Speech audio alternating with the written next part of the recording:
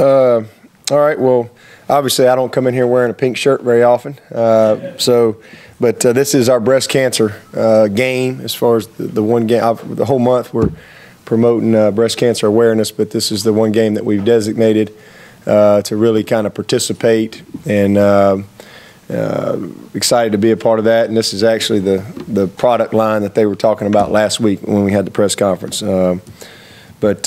This is a very good team coming in here. Louisville is a really good football team. It's going to be a big challenge. There's no doubt about that.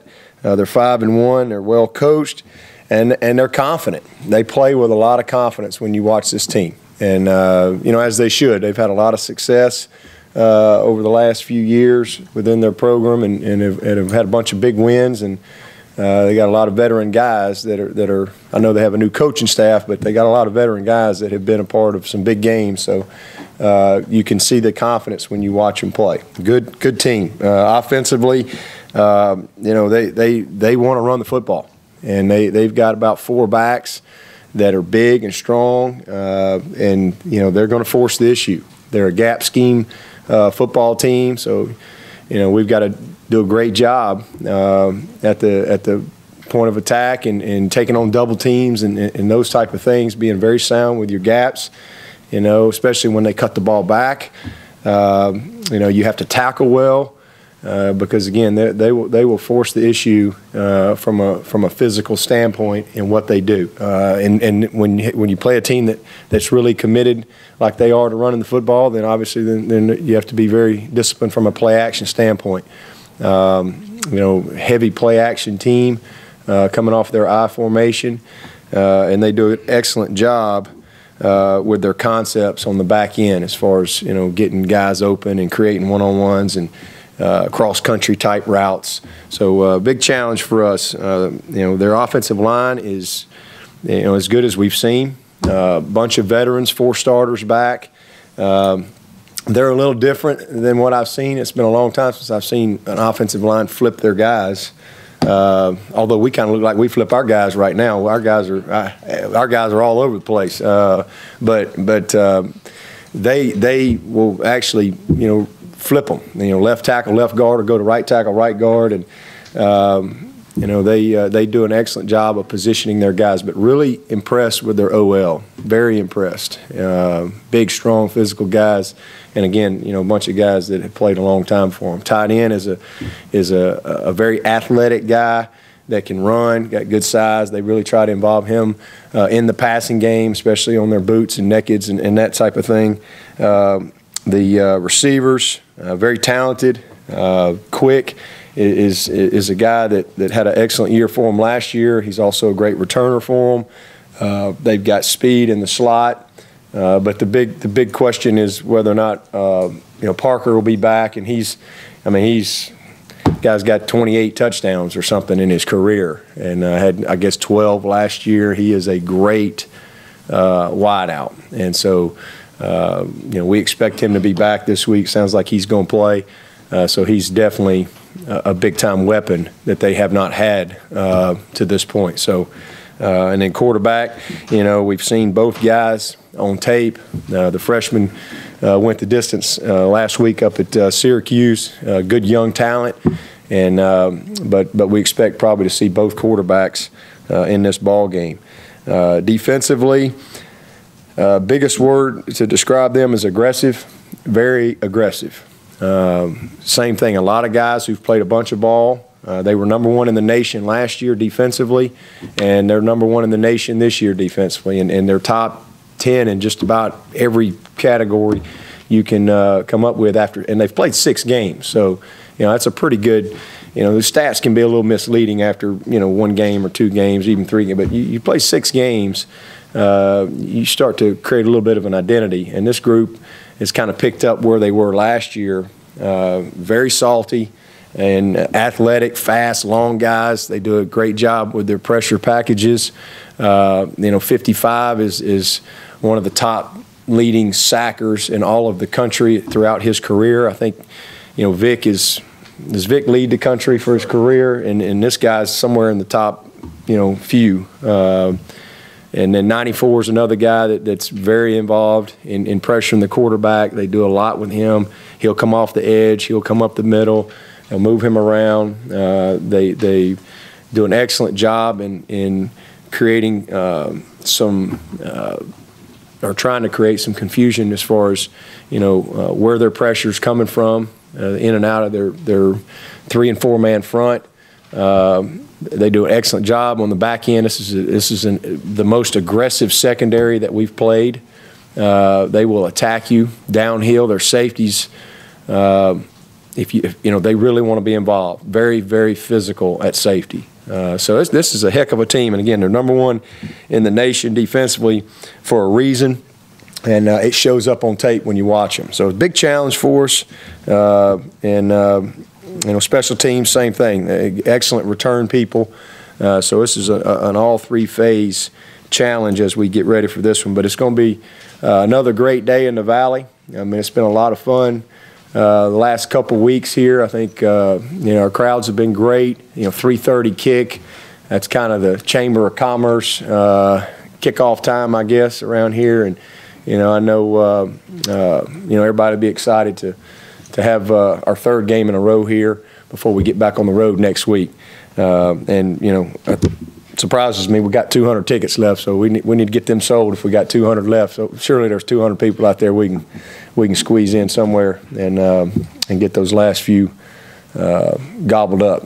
But looking forward to it. Looking forward to a really big challenge. And our guys, I thought, had great energy last night at practice.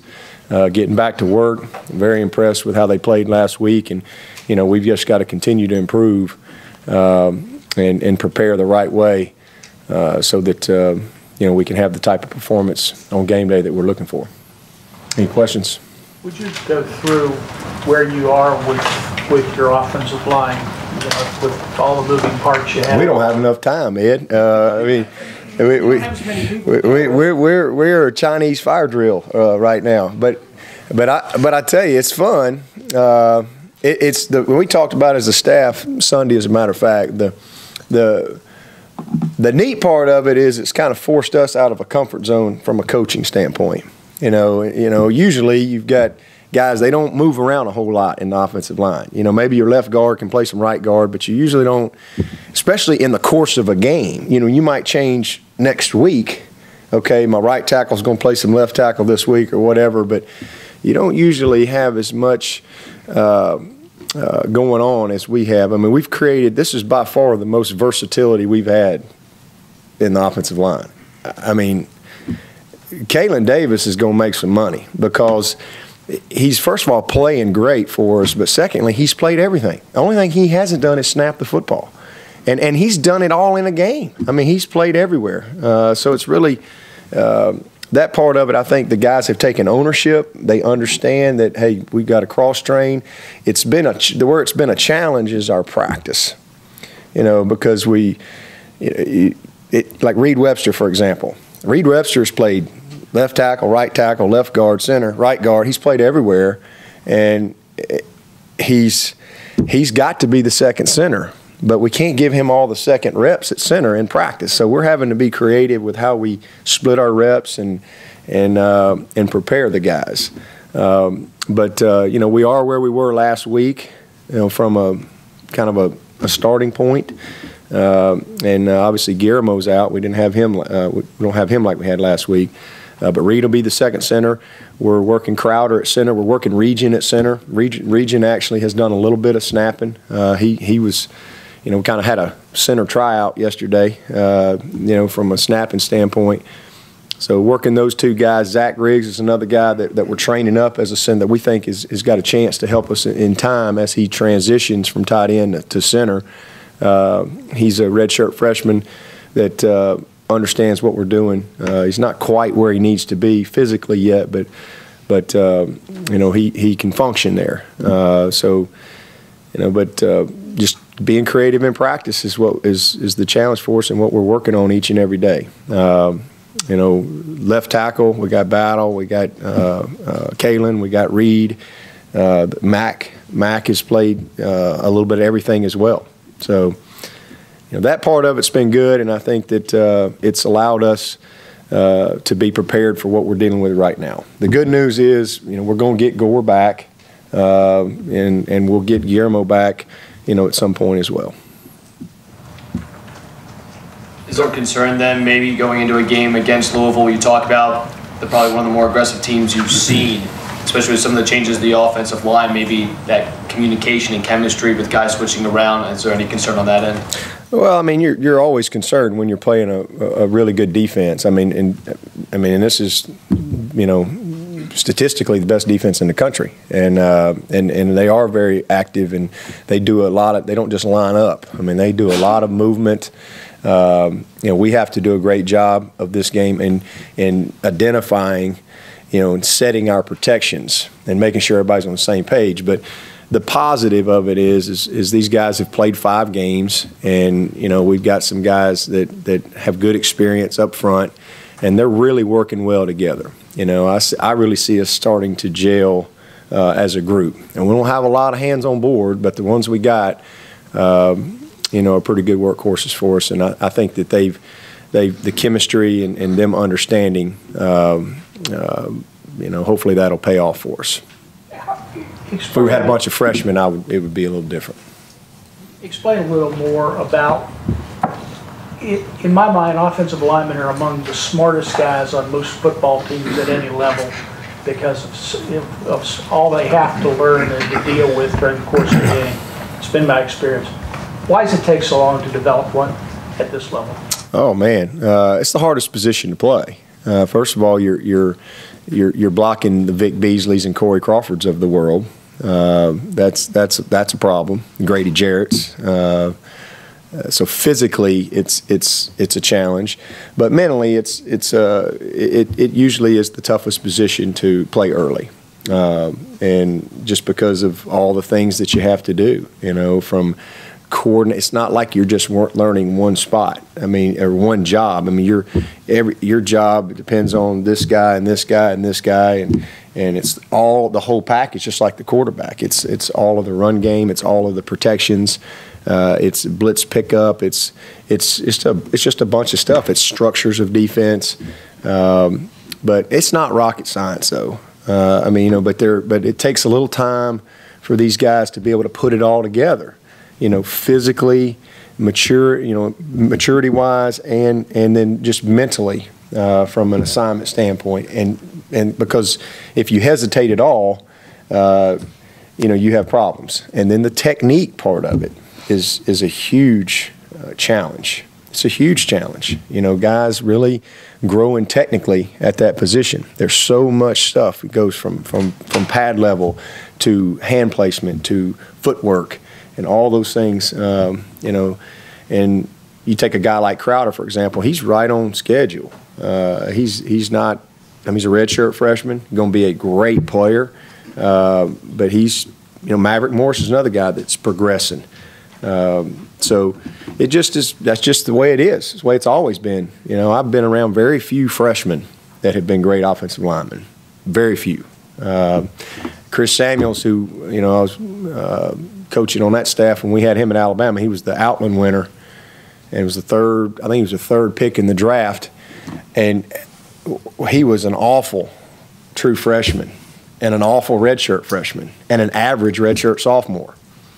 But he was a War Daddy junior and the best offensive lineman in the country as a senior. That's just – and then I remember being around here, Barry Richardson. I never thought in a million years he'd play as a freshman. But he was just obviously physically gifted, but his maturity and his ability to, it was very unusual, very uncommon to have a guy like Barry Richardson. So you just don't see it a lot. Sometimes it's out of necessity, and it's usually not a good result when you're playing a bunch of freshmen in the offensive line. If you got some guys that are backups that you can kind of bring along, that's the way you'd like to have it. But the positive for us is, we've been able to redshirt some guys. Falcinelli and Hearn, we're really excited about. Crowder, same thing. Maverick Morris, those 4 guys we think are what we're looking for. And then we got 4 coming in January. And so having those guys here to go through spring training in the off season, that's a big time benefit for us. And then the other thing is, sometimes you get guys that are developmental, like Isaiah Battle. I mean, we'd take Isaiah Battle every day, but we knew he was going to be a project when he got here. Same thing with Joe Gore. So you just kind of have to commit to that and understand that, okay, we've got to – and he didn't know anything about football, very little. He was a basketball player. He's 250, 60 pounds. And so you're going to have to go through – but here we are into that junior year now, and we got something special brewing right there. We got something real special, that's kind of a work in progress still, but we're making a lot of progress at that spot. Coach, describe the play of your defense and what you've seen from them the past couple of weeks and what you've seen in practice going into this Saturday. Well, they playing with a lot of confidence, doing a great job at the line of scrimmage. Our coverage is greatly improved. This is the most complete defense we've had around here in a long, long time.